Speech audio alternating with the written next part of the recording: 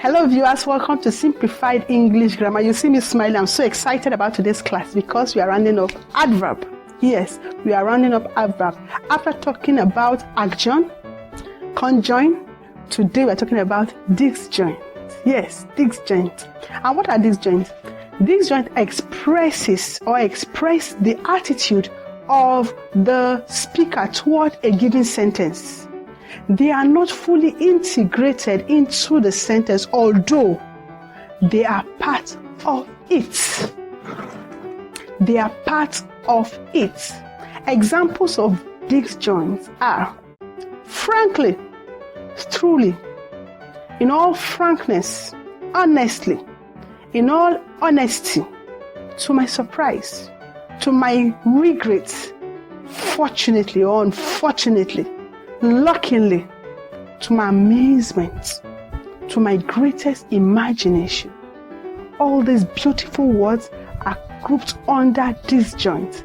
They have a way of flavoring our sentences, expressing the author's feelings, the author's attitude toward the sentence. Let's see how they function in English sentence. Follow me.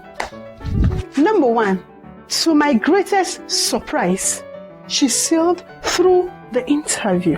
She sailed through the interview is the real sentence, and to my greatest surprise acts as the attitude of the speaker to this sentence. Number two, luckily, he was able to find the key to the lock. And finally here, honestly, that's all I know about him. Honestly, these are called disjoints. They are part of the English sentence, although they express the thoughts of the writer or the speaker. I want to believe you have learned something as touching adverbs. In our next episode, we'll be unveiling preposition. We'll be unveiling preposition. Have you subscribed? If not, please do well to subscribe. Thank you for viewing our videos. See you in preposition. Bye.